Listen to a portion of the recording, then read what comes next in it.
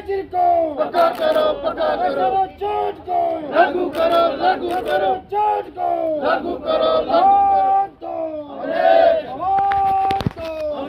ये तो हमारी लूट तुम्हारी नहीं चलेगी, नहीं चलेगी, हमारी लूट तुम्हारी नहीं चलेगी, नहीं चलेगी। 2 साल का बकाया वेतन जल्दी दो, 2 साल का बकाया वेतन जल्दी दो, फौरन दो।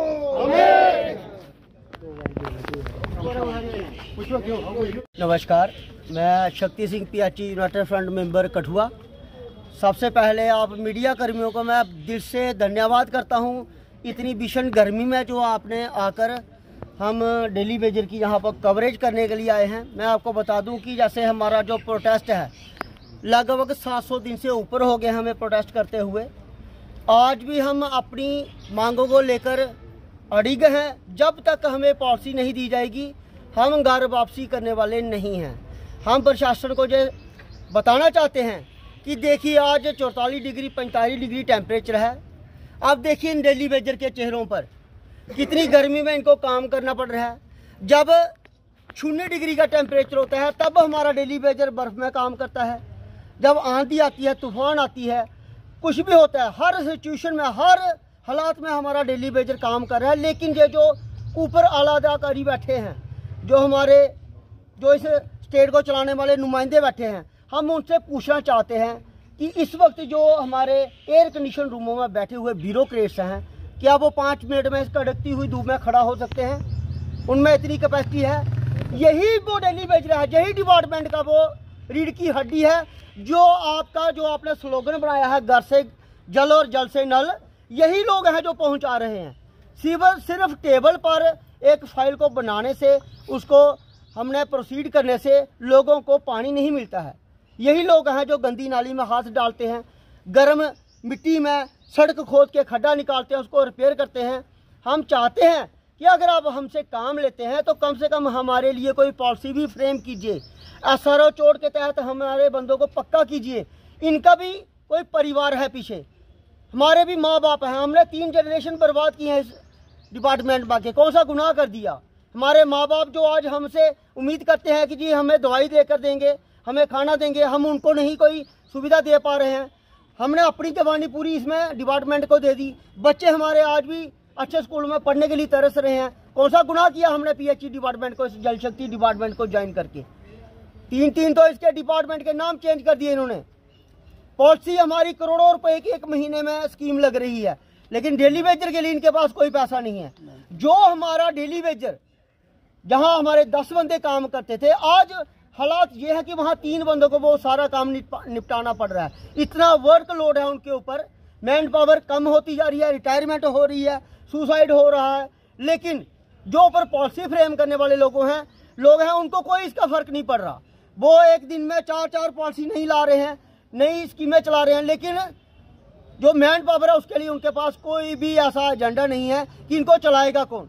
या तो आप ऑनलाइन उसका सिस्टम रख लो कि जम्मू से या कहीं भी बैठ के दिल्ली से आप एक बटन दबा दो, माउस क्लिक कर दो अपने CPU का, और लोगों को पानी मिल जाए, तो हम घरों को चल जाते हैं।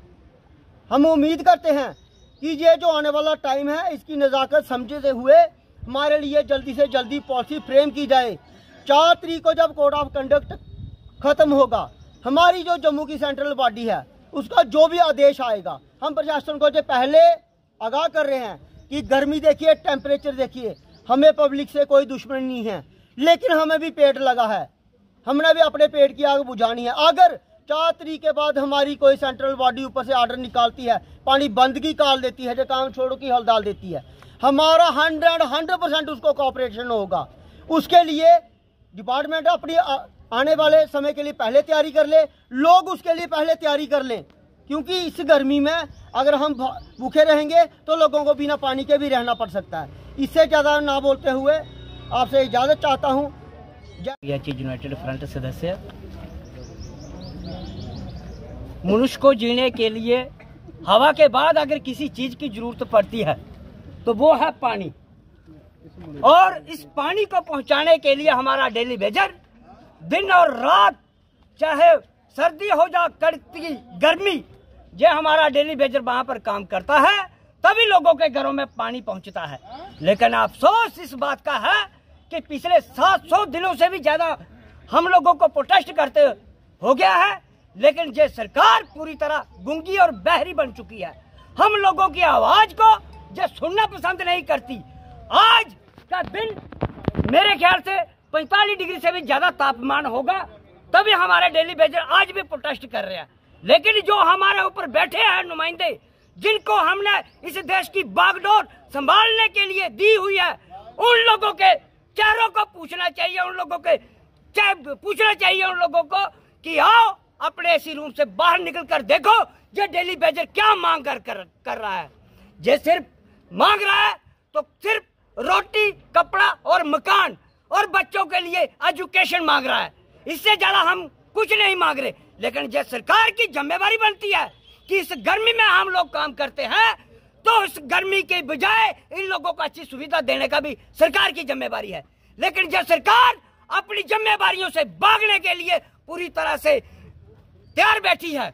हम सरकार से फिर ये डिमांड करना चाहते हैं कि आने वाले समय में शायद 4 जून के बाद हमारा कोई ना कोई ऐसा प्रोटेस्ट जम्मू के अंदर होने वाला है। जब तक सेंटर बॉडी की कोई कॉल नहीं आती, हम उसी के नक्शे कदम पर चलने वाले हैं। अगर वहां पर कोई कुछ ऐसी कॉल आ गई तो हम उस कॉल के लिए भी तैयार बैठे हैं। अगर पानी बंद की कॉल आती है तो हम पानी बंद भी करेंगे, क्योंकि हमारा मसला आज का मसला नहीं है, 20-25 सालों से लटका हुआ मसला है।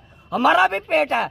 और मैं जम्मू कश्मीर की जो जनता है उनसे भी हाथ जोड़कर विनती करता हूं कि आने वाले समय में हो सकता है आप लोगों को पानी की समस्या भी हो, तो इस समस्या के लिए आप लोग भी तैयार रहे। अगर आप लोग हमारी समर्थन नहीं करते हैं तो फिर समस्या तो यही आनी है।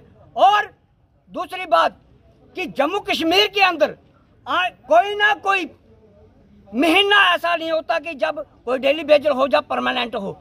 हर महीने रिटायर हो रहा है, जिसकी वजह से स्टेशन तो इन्होंने बढ़ा दिया है, लेकिन मैन पावर कहां से, वो तो उनके पास है ही नहीं। जिसका कारण यह है कि एक व्यक्ति जो 6 घंटे काम करता था, आज उनको 12-12 घंटे काम करना पड़ रहा है।